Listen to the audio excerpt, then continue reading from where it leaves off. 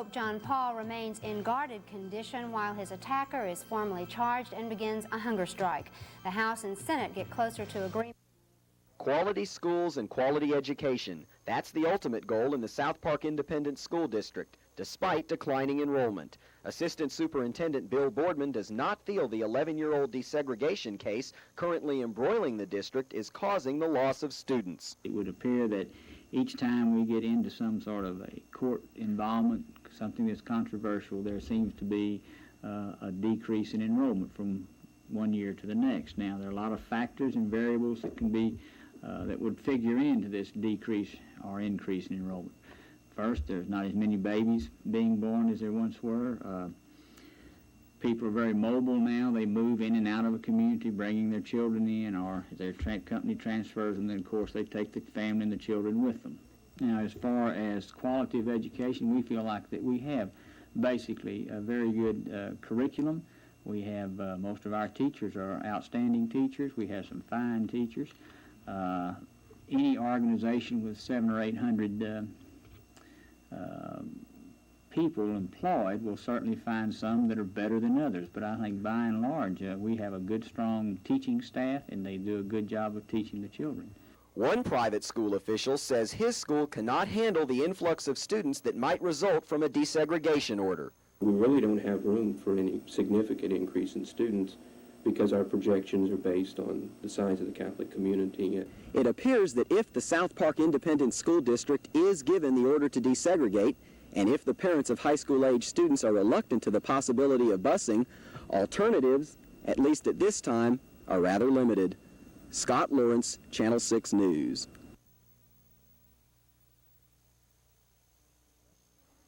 The answer to Vida's water and sewer problem?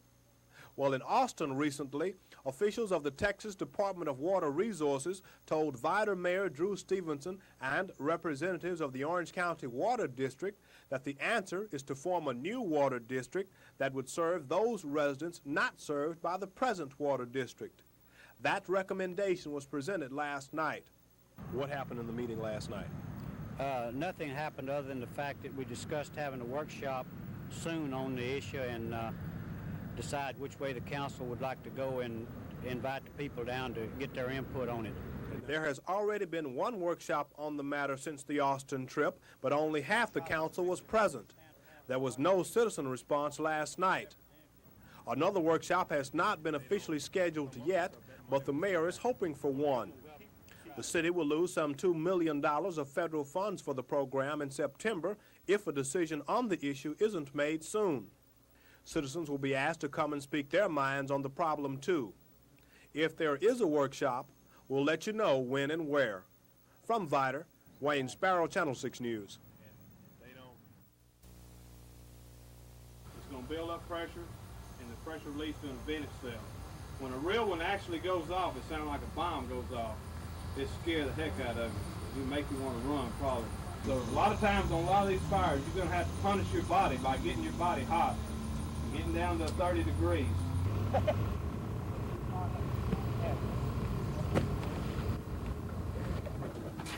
What you said, Mo? That's what Joe Garcia said, remember? Ray, pull up. Come up one. Let Mo get in there. Get in the middle, Mo. You know, you might have to take charge if you got a fire out there or something.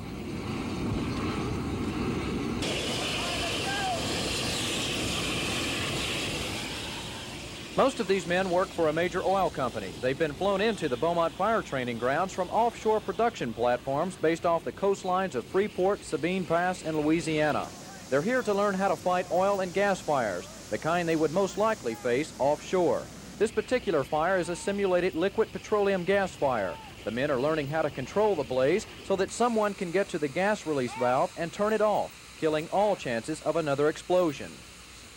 Just down the way is a much bigger monster, an oil pit fire. Pretty hot out there? Real warm, sure is. They wet us down, or we wet ourselves down, and that helps. But it helps keep you cool. But you can see the fire in the background that it would get pretty hot. And from every indication we received, this type of fire training is going to make a difference when the real thing takes place. I think it definitely does help us, because what it does is it gives a man a chance to practice what we're telling him how to do. And seeing a fire, he gets a chance to feel a little bit of heat. He gets to see what water does. Everybody's always told him that water will not fight an oil fire. We know that it will. We know that we can extinguish it. We can know that we can keep the heat off the man and allow him to get to a valve to turn the fire off.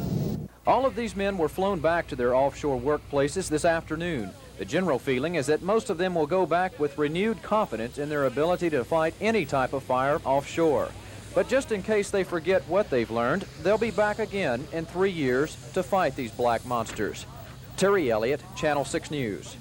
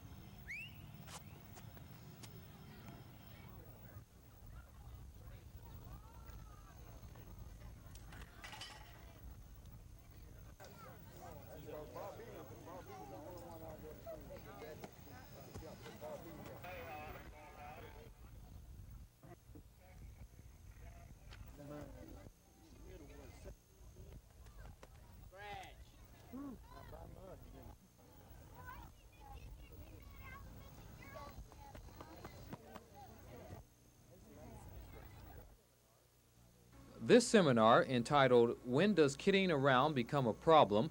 deals with the subject of sexual harassment of women on the job. It is a problem that is being brought out into the limelight by people such as the Houston District EEOC Director. Well, the first thing we tell them to do is try and handle it within the context of their employment. If it's a supervisor that's harassing them, then they ought to go to higher management and try and get it stopped. But the very first thing is to let people know what your feelings are about what they're saying to you. A lot of times women have a tendency to keep quiet about it. They may find something offensive and they're really afraid to say something. You've got to let people know, first of all, how you feel, that you don't want to hear comments like that, that you're not interested in having any kind of a relationship with someone. And then if it continues, bring it to management or file a complaint with the Equal Employment Opportunity Commission. Perhaps speak to a lawyer first, although that's not necessary, and see whether or not there's a legitimate case. No one is certain how many cases of sexual harassment occur on the job because many are not reported. But with seminars like this one, it is hoped that sexual harassment will become a thing of the past. Jim Oliver in Beaumont, Channel 6 News. That parvovirus is not harmful to humans or to cats. All right, thanks a lot, Leslie. Sure. A tornado damages a North Texas town. That story.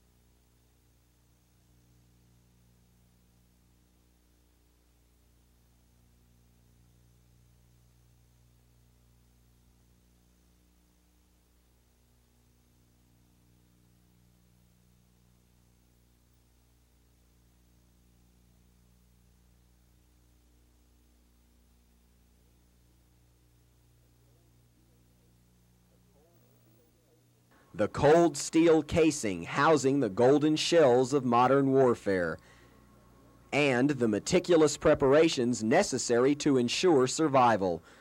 Both elements blended together today in a Marine Corps Reserve Unit monthly drill weekend.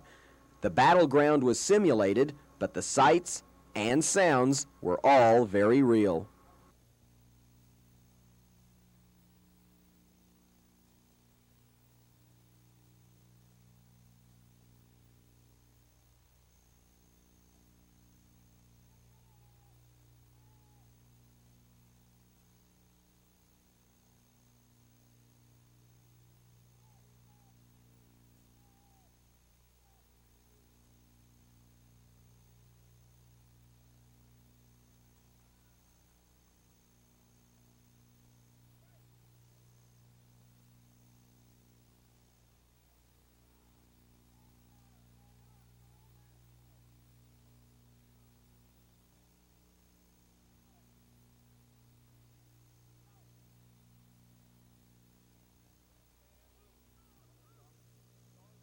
One of the officers in charge of the maneuvers was less than satisfied with the performance. Our troops came down the road and they came down the railroad tracks, and if this had been a real enemy, we'd got wiped out. Okay. Do you think in a real combat situation you'll be prepared because of these maneuvers? Possibly, and it could use a little more help. It's according to what the enemy has for us. In Orange, Scott Lawrence, Channel 6 News.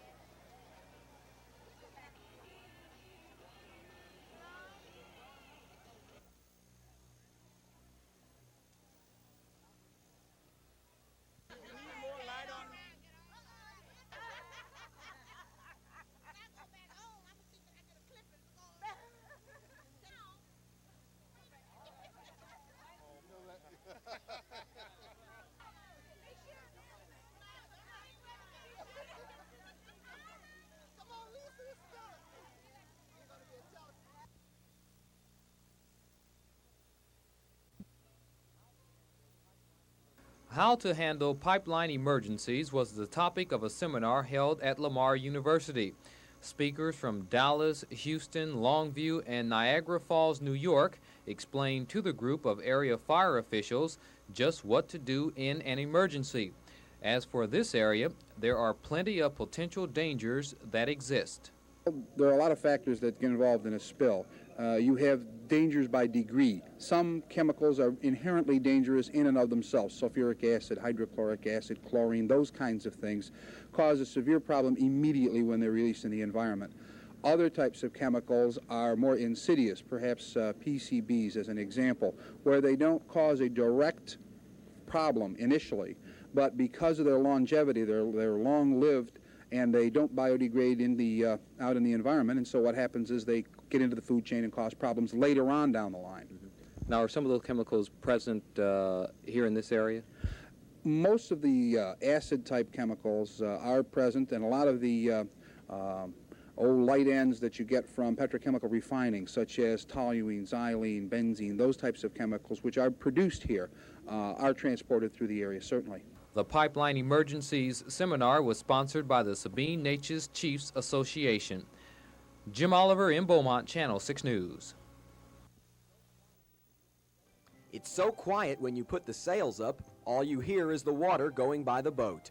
Some people feel it's too much work, but they're wrong. You adjust the sails, sit back, and go. So says Barbara Killian, co-owner of the Impetuous.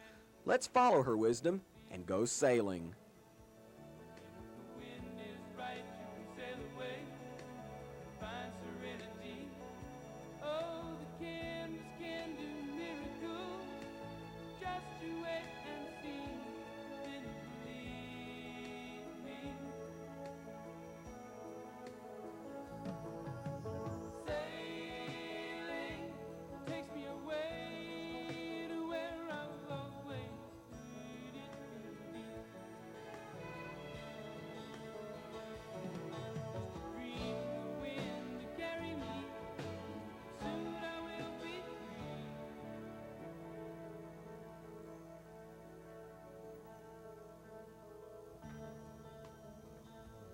A sea of solitude floats gently by in the wake of little waves. It's definitely a small piece of heaven enveloped in the sound of silence, the sound of sailing. On the impetuous in Sabine Lake, Scott Lawrence, Channel 6 News.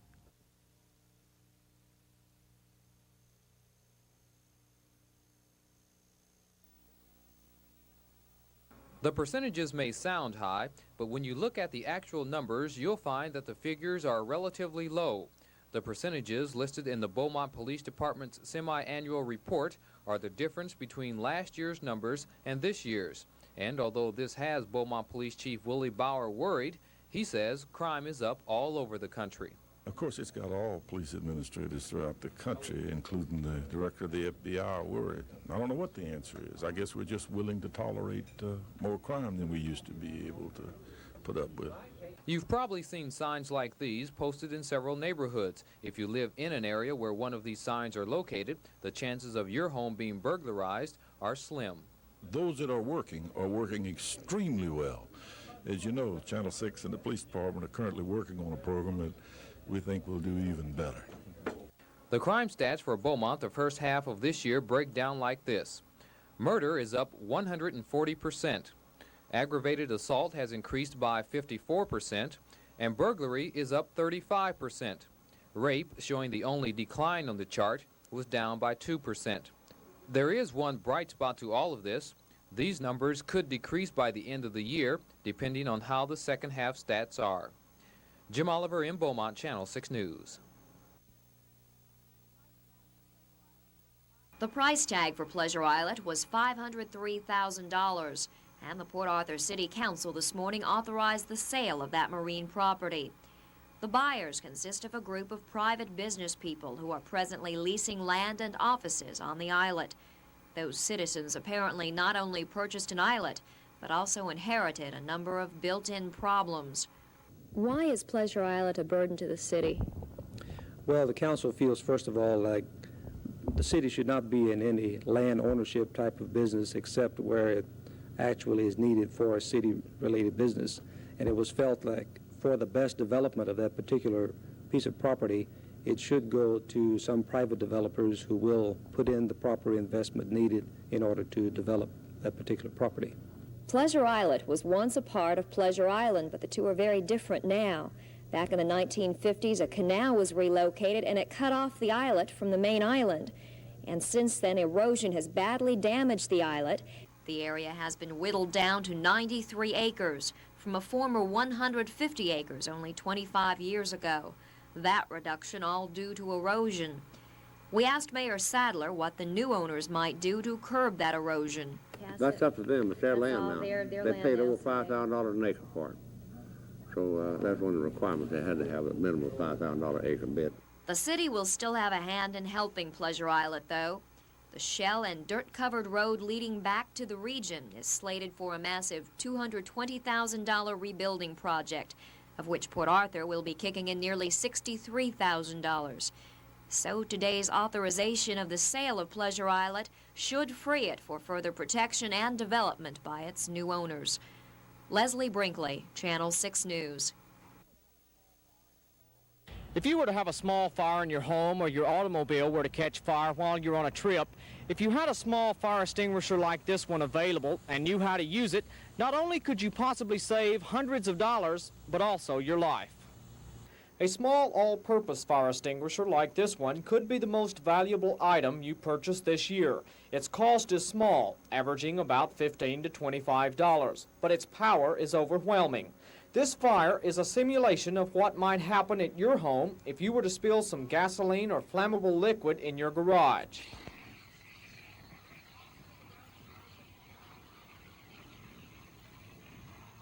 From a distance of about 8 to 10 feet, the fire is safely and quickly extinguished, a simple procedure that even this reporter mastered on the first attempt.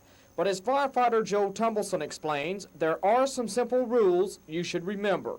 But don't ever use water on a grease fire at home, because you could see what water was doing to this hot liquid. It splatters it.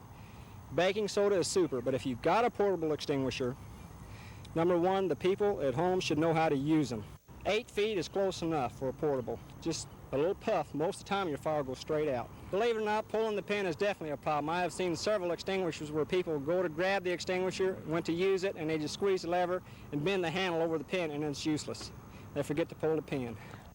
And as Bill De La Sota explains, you should also keep these points in mind when buying your extinguisher. Okay, when you buy an extinguisher, you should always make sure that the extinguisher is UL approved, Underwriters Laboratory approved, or Factory Mutual approved, and that the extinguisher is a multiple purpose fire extinguisher, good on any type fire. Also, if the unit has a metal head, you can have it recharged after every use. But if it's plastic, you cannot. And as always, contact the fire department at the first sign of fire. And if you can't put it out yourself, step back and let the real pros do the job. In Beaumont, Keith Elkins, Channel 6 News. It seems that this man is a suspected rapist in Port Arthur. You can do it from right there. Well, For the first, and it is a first, it's the first time that a lady, to my knowledge, and he hadn't seen Barbara either. a goodwill ambassador, as you go out and people see you. The bellyache, but to listen. Courage of the highest part. If they lock you up, you can let yourself out. This is a young lady. Oh. You didn't know that, did you? My dear, please stand. This sign indicated how concerned this neighborhood was about the building of townhomes in the area. Residents on Sheridan, Candlestick, Fenwick, and other streets whose home would be near the proposed townhouse site were packed into city council chambers. I can understand a little bit how the radicals in the 60s must have felt,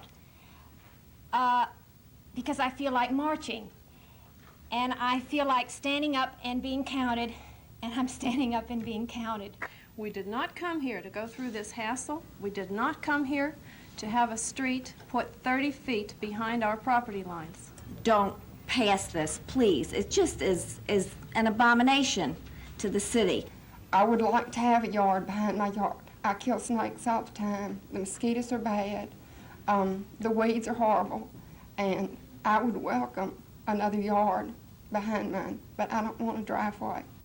More than 20 residents spoke out against building the townhomes. Shortly thereafter, City Council went into executive session to discuss some legal questions, and when they returned, they addressed the issue once more. I really don't believe until we resolve a lot more of the drainage problems that we have up there, that this kind of development is in order, and therefore I will make a motion to deny. The vote was 4-1 not to allow construction of the townhomes. Tom Combs was the only member of council to vote for the proposal. This particular issue took council 5.5 hours to decide, the longest anyone could remember. Jim Oliver in Beaumont, Channel 6 News. The biggest thing with the Port Arthur Independent School District, and I know this for a fact, and I'm speaking of fact, is that the white flight is what they're afraid of. They're more afraid of the white flight than they are trying to make provisions to give their kids a quality education. Mr. Evans, do you believe that black children in the community are receiving a fair education within the Port Arthur Independent School District? I would say that they're not really getting a quality education now until you desegregate the schools, both with staff and students. Now, on the most part, Port Arthur Independent School District has made it a point, staff-wise, to desegregate the kids, the staff. The staff is all right. The Justice Department say, and I agree with them wholeheartedly, that any predominantly race of people, school does not promote the best interests of a school system. So therefore, it's just relevant that you're going to have busing in order to achieve quality education.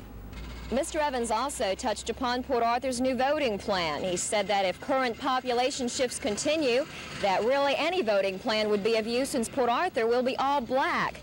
He did say, though, as to the current new voting plan, that he himself will be able to live with it and that he believes it will be accepted by the community. From Port Arthur, Leslie Brinkley, Channel 6 News.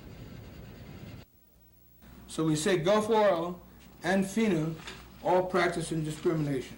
There are a lot of nepotism, there are a lot of kindreds being hired, and blacks are unable to get jobs because these people are hiring their relatives, their cousins, their sons, and so forth and so forth. And yet, we make up the total community, and we're saying again that if you get on 73, you see the exit amount of people who leave in the community. And we right here paying the school taxes, keeping the streets up, who do not have access to these jobs. And these are some of the things that we're interested in, and these are some of the things that we'll be dwelling on within the 80s. Mr. Evans also addressed several national issues. He said that our welfare program is painted as being predominantly black and that it's made to look more derogatory than it really is. According to his statistics, most welfare recipients are white. He also said the NAACP opposes most of Reagan's budget cuts. From Port Arthur, Leslie Brinkley, Channel 6 News. In favor of the motion signify by saying aye. Aye. Opposed? Nay. Motion carries. Tonight's decision is final. The L.M. Williams Ambulance Company will be suspended from operating its ambulances for 3 days for violating the city ambulance ordinance. And as expected, Councilman Tom Combs cast the deciding vote. Last week, his absence threw council members into a tie, with Mayor Maury Myers and Councilmember Evelyn Lord on one side, voting to suspend the ambulance firm without actually putting their units out of service, and Councilman Calvin Williams and Wayne Turner voting on the other side, that the suspension go into effect as ruled by the Beaumont Health Authority back in May. With the tie vote, it was decided to delay a decision until all members could be present. And tonight, Councilman Combs was very much in attendance. Whatever it takes, if it requires us putting extra men on, if it requires us paying overtime or whatever, I think is something we have to be prepared to do in order to make the ordinance meaningful. After several questions of whether the city would be able to provide necessary backup if the council decided to suspend the Williams Company's ambulances, the vote was taken, with Councilman Combs voting with Councilman Williams and Turner to suspend, and both Mayor Myers and Councilmember Evelyn Lord voting against. The original suspension of the L.M. Williams & Sons Company resulted from a complaint filed by these members of the Paramedics Ambulance Company. And after tonight's vote, they told me, today the City Council made history. This is the first time any Beaumont Ambulance Company has been suspended for violating the city's ambulance ordinance. In Beaumont, Keith Elkins, Channel 6 News. We were looking for quality education here in our Port Arthur Middle School District. We were declared a unitary system by the court. We surely have some racially identifiable schools, but we have quite a few in number that satisfies, I think, the board so far as the integration standpoint. That was the admission last night by trustees of the Port Arthur Independent School District, a recognition of the differences between themselves and the Justice Department concerning methods of integration. The Justice Department wants the district to incorporate pairing, clustering, and busing as a part of their desegregation plan. Trustees are ideologically committed to neighborhood schools. New proposals from either side have not been forthcoming. They have said to us that our plan seemed to be acceptable to them, but they wanted us to do some additional things. Dr. Gott today told Channel 6 News that both Carver and Sims Elementary schools will remain open next year, although the original plan presented to Judge Fisher called for the closing of both schools at an unspecified time and date. Gott says because the district has been declared unitary, there's no need for immediate action, and indeed the board won't act until they hear from the Justice Department. He told us if the schools were closed and the district received their requested stay from the Supreme Court, it would be extremely difficult to reopen the schools. Gott also says the board met last night to rethink their position, but remains satisfied with their present stand. He says the district hopes the government will modify their stand. Scott Lawrence, Channel 6 News. There's something new going on here inside the Orange Police Department that will hopefully make things a little safer outside. Here, as in other places, policemen are often tipped off that drug deals or theft rings or other violations are going on. If an actual crime doesn't take place, many police departments aren't able to look closely at all the tips. New Police Chief Jack McClellan has created a new division to handle that problem in Orange, Special Services. By special services, I mean any type of investigation that our normal detectives don't really have the time to work because of their ongoing caseload. This involves such things as narcotic investigations, vice investigations, and maybe any unusual investigation that might come up that we need to spend some time trying to establish whether there is a basis for the investigation to even be held. Is there a backlog of these type cases? No, we don't have a backlog. We may have some intelligence type information that has been provided to us by sources of information, but these individuals are going to be charged with the responsibility of developing their own sources of information. Starting this week, 2 department officials will make up the new division. Chief McClellan adds the reshuffling will not affect other divisions. It's not because of an increase in crime. And the bottom line? Let's find out what we do have going on in the area. From Orange, Wayne Sparrow, Channel 6 News. 7 citizens were present tonight at a workshop in Vidor to discuss proposals to provide a water and sewage system to almost half the population that has existed without such a system, in some cases for more than 20 years. The present water district in Vidor incorporates a little more than 50% of Vidor residents and failed to keep pace with the city's growth. City officials presented a plan to create a second water district that would be financed by an $8 million government grant and a bond issue voted on only by citizens outside of the present district. If the city doesn't act by September, the government grant could expire. The city could create a single water district to serve all citizens, but those citizens with water have balked at the increase in taxes that would result. The creation of a second water district would also be costly to citizens without water, but seems to be the only recourse available. Can you tell me if this took a good deal of time, is there a health problem for the people that don't have the sewage system? I'm quite sure it is, but I don't think this is the big problem. It's just the fact that with progress you have water and sewer, and this is what we're after. And we really need it. Our water is very bad. We have poor sewage problems, and I think by all means they should vote on it. In Vidor, Scott Lawrence, Channel 6 News. Californians are still posting signs of their discontent with helicopter sprayings of malathion, the insecticide designated to rid the state of Mediterranean fruit flies. However,